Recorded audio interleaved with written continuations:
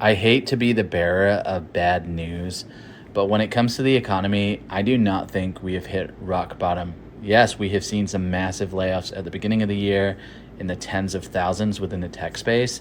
But last week, we cannot ignore that we saw one of the biggest bank failures since 2008.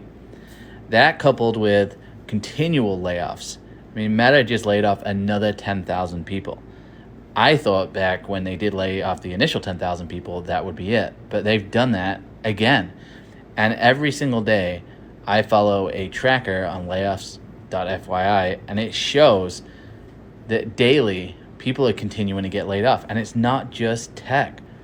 It was tech initially, but now it's spread to even companies that have been around for a really, really long time. The banking industry, the mortgage industry. I predict that we're going to see a massive housing crash within the next month. Then when we look at debt is astronomical and the interest rates are rising.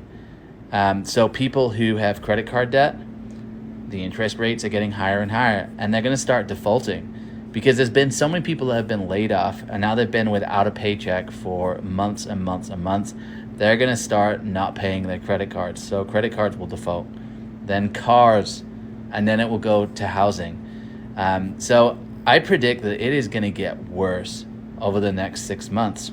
So I think if you are like myself and you're concerned about this, you're concerned about your job, the thing that I would be doing right now is trying to save up as much as possible, thinking about contingencies, thinking about what if I lose my job, what if I lose my income, how will I make income, having a plan in place.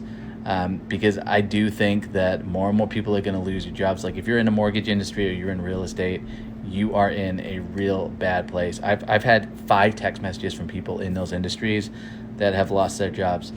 I'm getting calls and texts daily from people who are getting laid off. It's not just recruiters. It's not just bottom performers. It's really everybody. So I really, really think right now, if you haven't got a plan in place, have a plan in place. Get your LinkedIn ready. Get your resume. Think about different industries, different companies that you could work at. Even start applying at different places just so you can start getting interviews. And think about industries that are maybe more resilient, because I don't think every industry is going to be impacted the same way. Like obviously mortgage and lending and banking, that's going to get hit hard. Tech has already been hit hard.